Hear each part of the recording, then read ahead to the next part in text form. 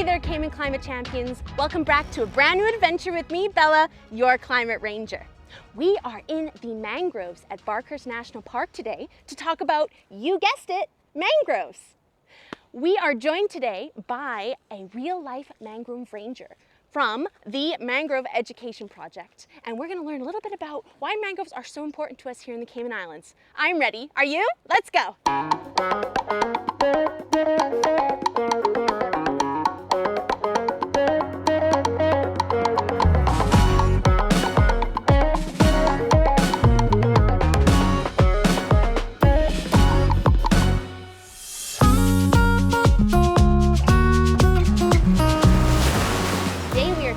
Cassie MacDowell, a mangrove ranger from the Mangrove Education Project. Hey Cassie, how are you? I'm good, thanks Bella. How are you? I'm great. I'm so excited to see these mangroves. Should we head down the boardwalk and check them out? Sounds good. So we are here in a beautiful mangrove forest, and I'm wondering if you can tell us exactly what mangroves are and how many different kinds we have here in the Cayman Islands. Of course. So mangroves are trees that have adapted to live in and around salty and brackish water. And here in the Cayman Islands, we have 3 different species. We have our red mangrove, our white mangrove, and our black mangroves.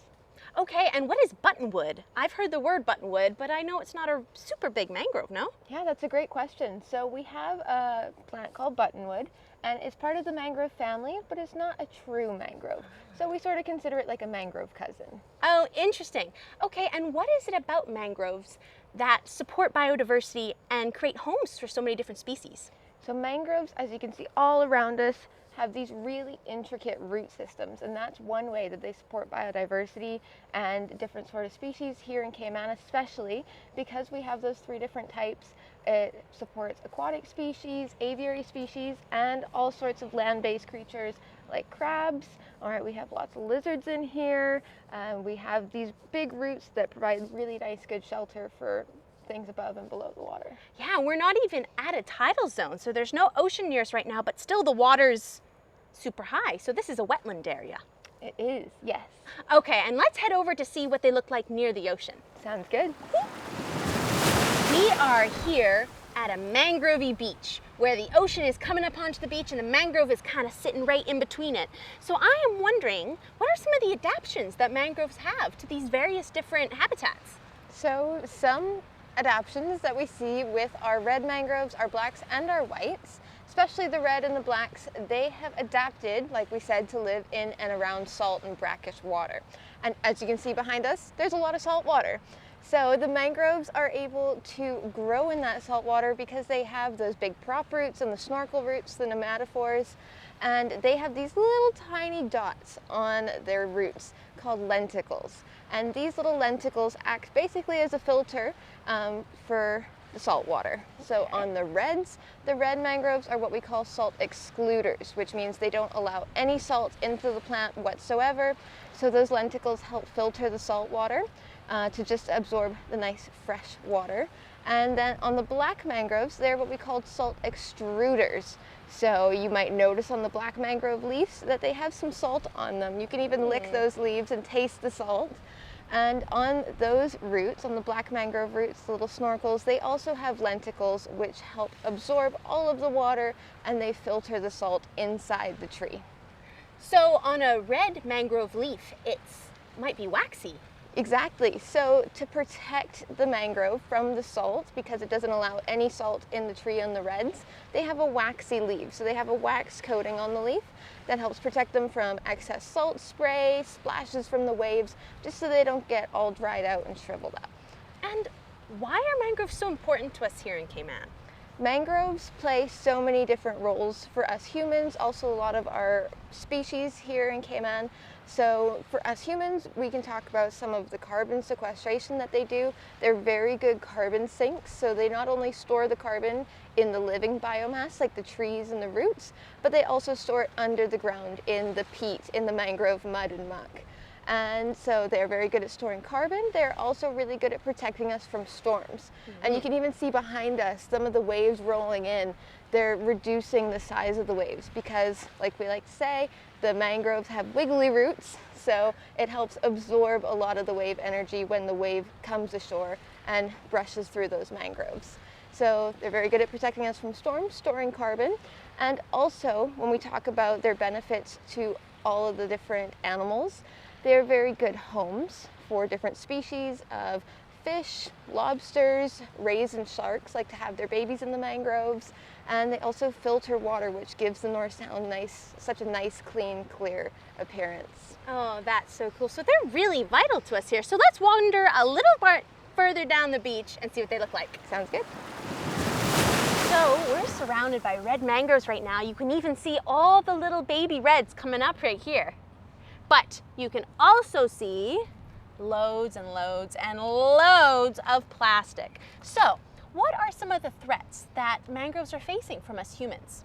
Some threats, like you just pointed out, a big threat to mangroves are pollution in all different aspects. So whether it's physical, like plastic or oil spills, those kinds of pollutions, and also air and water pollution, those are major threats to mangroves. As you can see in this habitat here, in our red root forest, we have all this type of plastic, and this stuff is very, very good at trapping little organisms. So it can trap little creatures in here, have them get stuck. It can also be ingested by birds, crabs, all sorts of fish. So there are a few different ways that this pollution can actually impact this mangrove habitat. In addition to pollution, a big one that we have, unfortunately, here in the Cayman Islands is development and clearing of mangroves. And mangroves are protected here in the Cayman Islands under the National Conservation Law, and it is illegal to remove or kill a mangrove without prior permission. So we like to encourage people to protect our mangroves. Obviously, they provide us with so many different benefits, and also all of our aquatic and aviary species with so many benefits and nice, safe homes. So we really like to encourage people, if you are going to develop an area of land or build near mangroves, try and limit the amount of mangroves that you actually have to remove. So if you're going to develop a whole acre of mangroves, but you only need about half of it for actual building, just remove half. You don't need to remove all of it if you're not going to build on all of it. So protect the mangroves that we have remaining, because we have unfortunately lost a lot here in Cayman to development. Interesting. That's very sad. And on top of that, we also have climate change related issues. So what are some of those things, like sea level rise, temperature rise, that could be impacting our mangroves? Yeah, so we do also have climate related threats, so some of them being sea level rise. Like you can see behind us here, we have all of these red mangrove roots, but if that sea level was to rise too much, you can see all these cute little propagules, all the little baby red mangroves. If that sea level was to come up, it could smother these mangroves and unfortunately cause them to die. Also, temperature related things, mangroves like tropical habitats.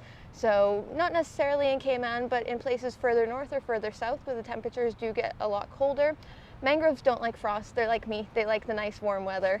So mangroves are only found in tropical regions, but because the climate is changing further north and further south of us, sometimes we're seeing mangroves get extremely stressed in those colder months. Right, and what about storms? Climate change means stronger storms, right? That's one of the big things we know. So what could that do to mangroves? So stronger storms sometimes impact our coastal mangroves and also our inland mangroves. But the coastal ones are typically going to be the mangroves taking the brunt of the impact, as they are one of our buffer zones. So mangroves are our third line of defense when we're talking about coastal habitats, because when a storm comes ashore, it's going to hit our coral reefs first, then our seagrass meadows, and then our mangroves. But when we have bigger, stronger storms, those mangroves are still going to get quite a lot of energy thrown at them. And mangroves are able to absorb about 90% of a wave's energy. But if that's a very big wave, that's a lot of energy. Wow. So mangroves are just the coolest things that we could possibly have here in the Cayman Islands. They are. And we need to do as much as we can do to protect them, right? We do. Oh, thank you so much for joining us, Cassie. I'm sure we've learned so much from you today. Thanks for having me. Remember, you are empowered and capable of making meaningful changes every day that will help the future of our islands. Now get out there and explore your home. I'm going to keep looking at the mangroves.